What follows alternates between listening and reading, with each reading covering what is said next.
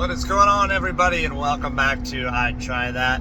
I wanted to do a quick video for you guys. So I've got my first vehicle video listed up that we're gonna flip, and this thing's taken a little bit longer than I wanted it to even get it listed. So I have a for sale sign in it, just sitting in my small town of 400 people in Collins, Iowa. I don't expect it to sell in that town, but I've been waiting for a little gear to come in for the blend door on the air ducting actuator dilly. Basically, these things break off on cars all the time because they're little plastic pieces. They have like a little gear piece that isn't really solid, and when it gets cold, hot, they get brittle and they break off. Very smart design, by the way, to all those engineers out at the manufacturers. But regardless, I finally got that piece in, and now I got to tear apart the whole driver's side dash lower half to get this thing in there. I watched a couple videos on YouTube and it looks like a nightmare, but I'm still going to get it done because I want to make sure the car is right. But I want to talk to you guys a little bit about what I'm doing and why I'm doing it. So first off, I own a powder coating company. I've owned it for 11 years. It started off as a wheel repair company, and I would actually go to dealerships and fix the curb rash that were for the cars on the lot. So we would help sand them down, paint them, make the wheels look good again. And then I got into powder coating because everyone wanted their wheels to be a gloss black. And I wasn't willing to do that in a mobile trailer setup that I had. So that's how we got into powder coating. In 2020, when the car market just got stupid crazy and everyone was buying up everything at stupid prices because FOMO, it was just stupid. No dealership was putting money into cars because they were like, they don't care if they're scratched, they don't care if the wheels are banged up, they don't care if there's dents, they just buy the car. And so basically that drove my wheel repair business down to nothing. It wasn't worth going to the dealerships and being told, nope, we're not doing it. Alongside with that, I had a lot of competition showing up, doing wheels for like $50 or less each, which just is not a good business plan for longevity. And our powder coating had picked up enough, we had picked up enough of customers that I was like, I'm getting out of the wheel repair. So I sold everything off, and then I haven't ever looked back. It's been awesome, but I've always had passion for cars. That's why I got into that business. I've owned a ton of cars myself, and that's actually how I'm funding this business. So I'm fully aware that the average guy can't just go out and start buying cars and selling them, or maybe not cars as expensive as I'm trying to go after. Our market's kind of that 15 or 10,000 down to like 5,000 is kind of where we want to be.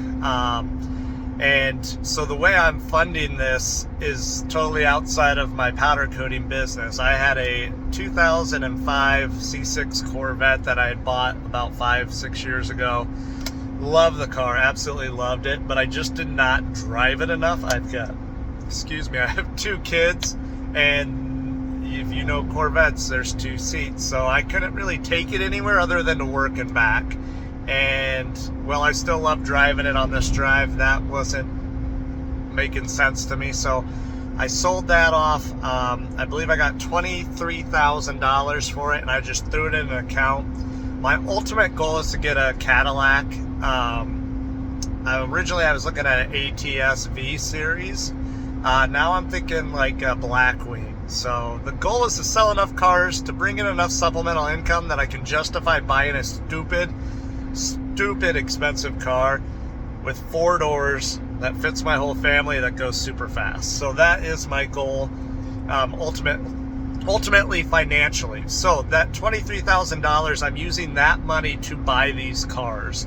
Luckily for me, I have a very good friend who's in the car business, and obviously I have a lot of connections because I used to go out and service these dealerships.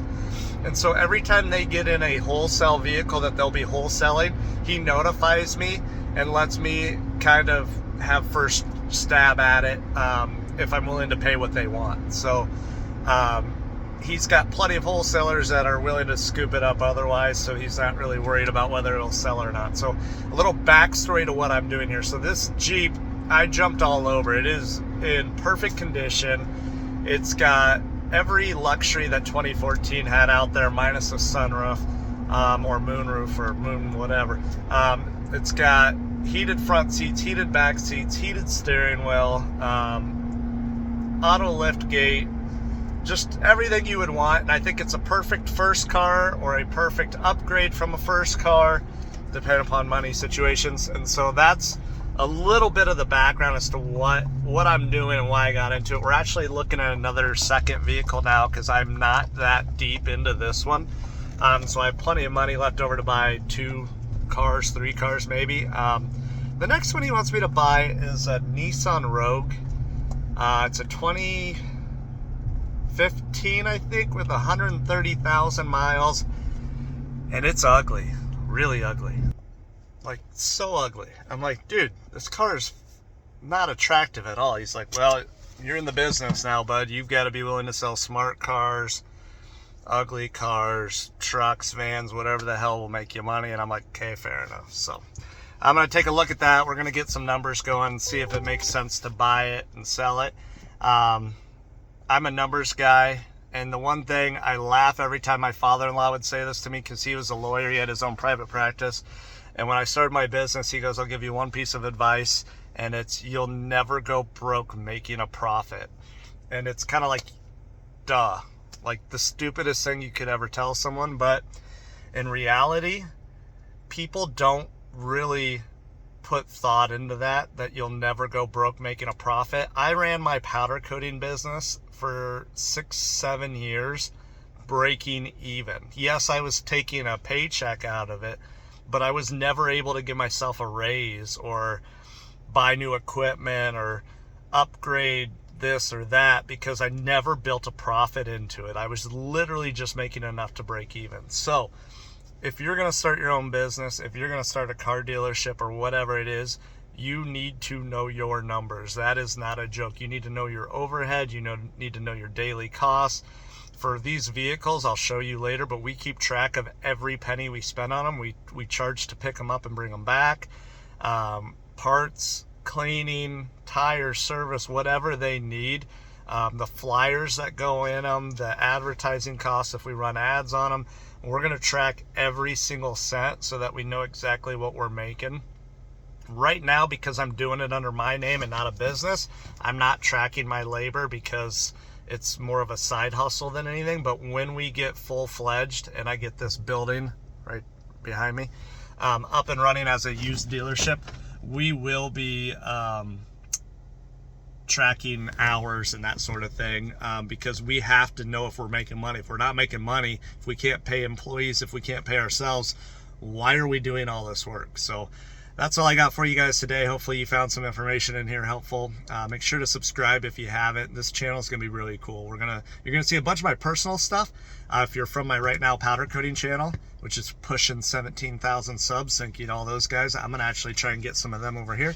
But if you are from there, I appreciate you following me over here. If you're new and you're into powder coating, check that channel out. Otherwise, we're going to do a lot of like cool shop builds, garage builds, stuff like that. And I'm going to show you the whole process of starting up this used car dealership, plus all my thoughts, notes, and all that kind of stuff. So we'll catch you guys on the next video.